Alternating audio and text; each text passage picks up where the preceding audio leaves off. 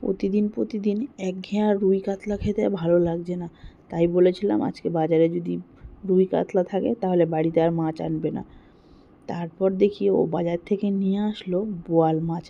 বললো অনেক দিন পর আজকে বাজারে পেয়েছি, নাও তোমার ফেভারিট মাছ, তো তুমি তো ভালোই পছন্দ করো, এবার তোমার মনের মতন করে রান্না করো। আমিও ভাবলাম ঠিক আছে, অনেক দিন পর যখন বোয়াল মাছ পাওয়া গেছে সেটাকে একটুখানি কষা কষা করে রান্না করা যাক। আগে যখন আমাদের বাড়িতে বোয়াল মাছ আসতো, মা দেখতাম খুব সুন্দর করে কষা কষা একদম মাংসের ঝোলের মতন রান্না করতো।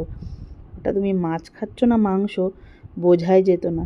তা আমিও একটু চেষ্টা করলাম, জানি না মার মতন হবে কি না টেস্ট, কিন্তু সত্যি মাছগুলো এত ভালো ছিল আর মাছের পিসগুলো খুব সুন্দর করে কেটে এনেছিল।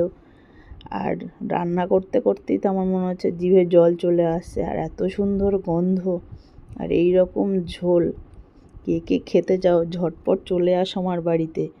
আজকে দুপুরের ভুরিভোজটা কিন্তু খুব সুন্দর হবে।